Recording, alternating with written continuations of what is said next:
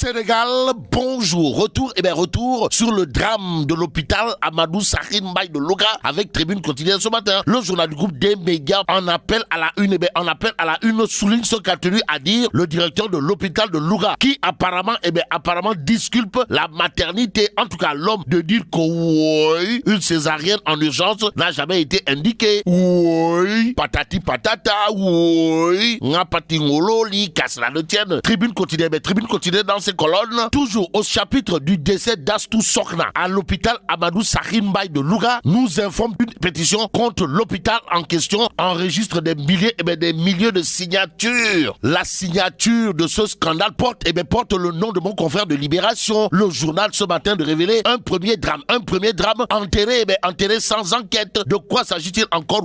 Libération de nous informer que Ndeketeyo en mars 2019, Astou Sokna avait déjà perdu et toujours à l'hôpital Amadou Sakhir Mbaye de Louga sa fille née prématurément. Vous le déconnez? Wallahi talaï. Bon, Libération d'ajouter ces contre-vérités figurant sur la déclaration de décès à la hâte et qui évoque une mort naturelle. Que retenir d'autre autour de ce scandale sans précédent, sinon ce que souligne Libération, à savoir Maître Patrick Kabou, avocat de la famille, de dire à haute et intelligible voix la sortie du directeur de l'hôpital est honteuse. Il devrait se taire et se terrer pour ensuite se mettre à la disposition de la justice. Bon, entendu hier par la police, Modou Mboup, époux de la défunte, enfonce le personnel de garde et fait d'horribles révélations. Informe toujours Libération, le journal, d'ajouter que la tutelle déchire le rapport de la direction de l'hôpital qui cherchait à noyer le scandale et envoie une inspection sur place. Une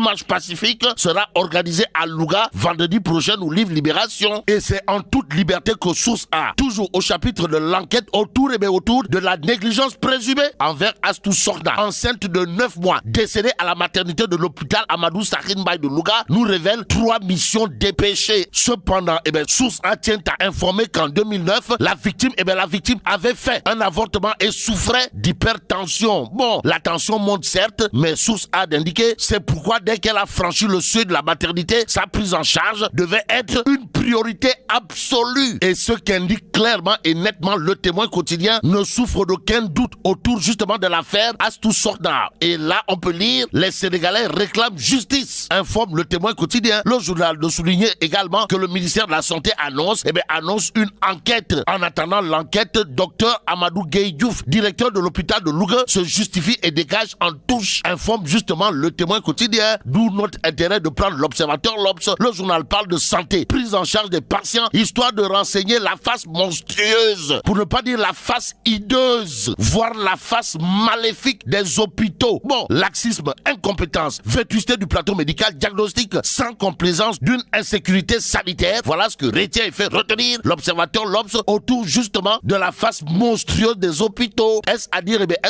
d'après le journal du groupe Futur Média, que le système sanitaire est encore plus malade que le malade qu'il est censé soigner, pour reprendre Déthié Fall ou le nandité de classe exceptionnellement exceptionnelle. En tout cas, l'Observateur l'Obs de renseigner les coups de gueule de Dr Seyd Fallou Samb, de l'ordre des médecins et de la présidente honoraire des sages-femmes. Que retenir d'autre sinon la sortie au vitriol de Macky Sall, Nyangal national universel mondial, de dire à haute et intelligible voix tolérance zéro. En d'autres termes, aucun manquement ne sera toléré. Oui, tolérance zéro également pour les rebelles de la Casamance au regard du titre de l'As quotidien. Le journal parle de destruction des champs de cannabis en Casamance, histoire de renseigner que l'armée tape dans le portefeuille des rebelles. Y a-t-il lieu de dire niaou? Pour l'instant, celui qui intéresse à plus d'un titre Tribune quotidien, c'est Macky Sall. En tout cas, quand Nyangal national universel mondial viole la loi, c'est le titre qui bat la une de Tribune. Violer la loi au nom de qui ou de quoi? Quoi qu'il en soit, Tribune quotidienne, pour ceux qui relèvent du projet de loi modifiant le code électoral, nous informe que Ndeketeyo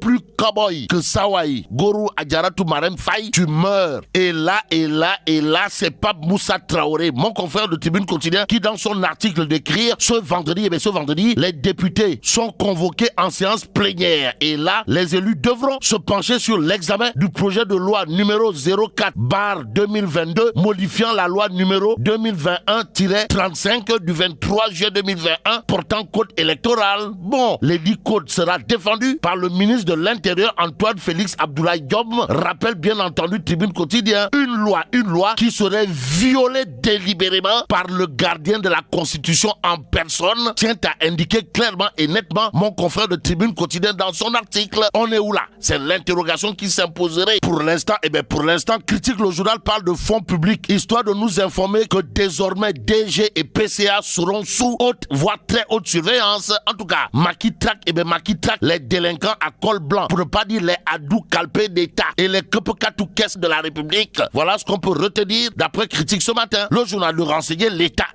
verrouille le code de la commande publique. S'agit-il d'un verrouillage, Nahembaï ou pas? Pour l'instant, restons avec Critique le journal qui parle de cristallisation du jeu politique et surenchère. Pourquoi faire? Pour nous dire que Benno Bokk Yakaar et Yewwi Askan Wi, les prémices d'une confrontation diam. En tout cas, Macky Sall qui aura de quoi décorer le maire Bess Poulou de Dabali. En lisant l'évidence quotidienne ce matin, le journal d'indiquer législative et perspective, Macky Sall encore, ou le mouvement créé par Samba Sall, maire de Dabali, qui serait dans une dynamique de servir le patron de l'APR et non se servir du patron de l'APR. En tout cas, Samba Sall est le défi des 557 communes et la diaspora. Voilà ce qu'indique clairement et nettement l'évidence quotidienne. Macky Sall qui aura un intérêt particulier en lisant Direct News. Le journal parle de la visite de Serigne Abdou Karim Mbacké Fally Louché Amadouba, et là, cette visite installerait la panique à l'APR, révèle Direct News ce matin. Ce matin, on peut lire à la une du journal, à l'APR, les responsables sont tous d'accord que Amadouba dirige la liste de Benno Bokk Yakaar à Dakar lors des législatives de 2022. En tout cas, le journal parle du gap de 93 000 voix à combler. Alors, le gap en question fait-il peur? C'est l'autre question de Direct News ce matin. Passons à Alerte Quotidien qui parle de gestion des recettes du pétrole et du gaz, histoire d'indiquer les contours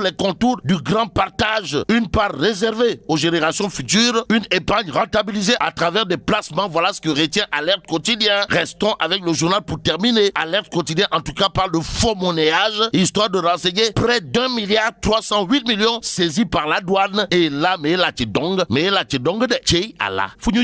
Bon, vive le Sénégal.